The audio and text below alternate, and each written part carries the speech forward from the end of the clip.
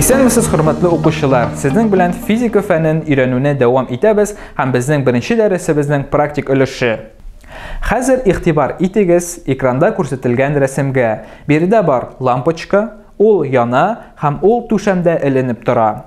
Бу күренештә сез нинди физик күренешләрне әйтә аласыз?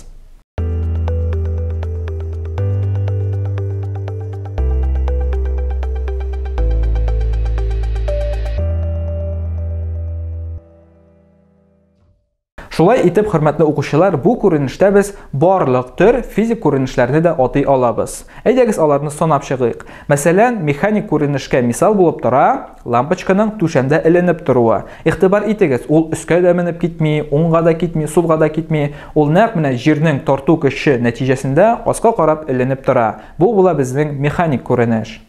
Игътибар иткәнегез бардыр, кайбер лампочкалар үзләренең януы нәтиҗәсендә, яктылык чәчүе нәтиҗәсендә үз тирәсенә чыгара бик күп җылылык. Бигрәк тә моны күзәтергә була элеккеге пыяла лампочкаларда. Һәм бу инде безнең җылылык күренешләренә мисал булып тора. Яктылык күренешенә мисал булып тора әлбәттә лампочканың безгә яктылык бирүе. Шул ук вакытта игътибар иткәнегез бардыр, мәктәптә яисә кайбер өйләрдә кайбер лампочкалар үзләренең януы нәтиҗәсендә төрле тавышлар чыгара. Бу була инде безнең тавыш күренешләре. Һәм инде электр күренешләренә һәм магнит күренешләренә мисал булып тора безнең лампочкабызның электр белән эшләве. Һәм инде киләсе дәресләрдә, киләсе сыйныфларда бәлки сез өйрәнерсез, һәрбер электр күренешләре алар үзләре белән алып килә безгә төрле магнит күренешләрен дә. Шуңа күрә безнең лампочкабызның электр тогы нәтиҗәсендә эшләве ул инде үз иченә ала шулай ук магнит күренешләрендә. Хәзер әйдәгез янә игътибарыбызны юнәлтик экраннарга. Сезгә күрсәтелгән ниндидер яңгыр күренеше, монда яшен-яшни, бу күренештә шулай ук нинди физик күренешләр бар икән? Шулай ук фикерләп карыйк.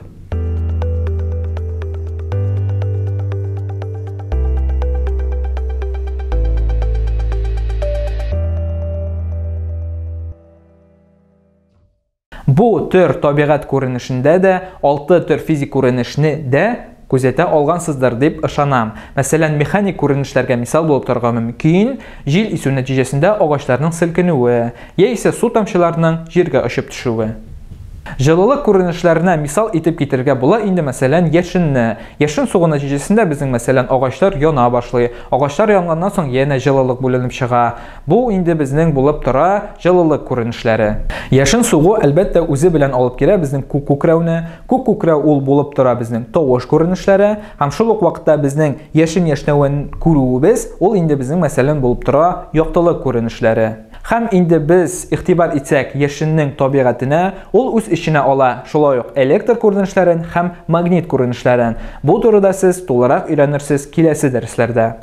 Янә үзебезнең игътибарларыбызны юнәлтик экраннарга. Сезгә күрсәтелгән төрле сурәтләр. Аларның кайсысында физик күренешләрне күзәтергә мөмкин түгел. Әйдәгез бу турыда да фикерләп карыйк.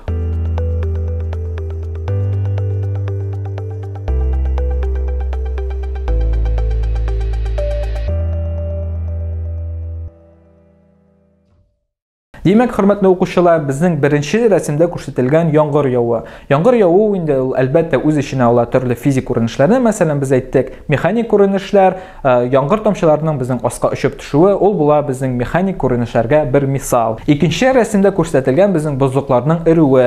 Бу шулай ук безнең физик күренеш, җылылык күренешләре була. Һәм шушы эрү нәтиҗәсендә бозлыкларның аска төшүе, ул инде безнең мәсәлән була механик күренешләр. Өченче рәсемдә без күрә алабыз хәрәкәт итүче машинаны. Бу шулай ук безнең физик күренешләрне үз иченә ала. Монда безнең була механик күренешләр. Инде менә 4нче рәсемдә күрсәтелгән 2 көмеш балдак. Бу балдаклар безнең һава тәэсире нәтиҗәсендә карайган. Бу күренешләр була инде безнең химик күренешләр. Алар үз иченә алмый физик күренешләрне.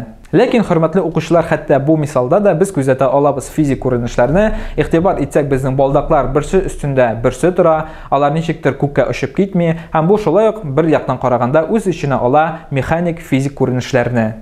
Һәм инде, хөрмәтле укучылар, сезнең өчен тагын бер сорау: сез ничек уйлыйсыз, ни өчен физиканы табигать турындагы төп фәннәрнең берсе дип исәплиләр?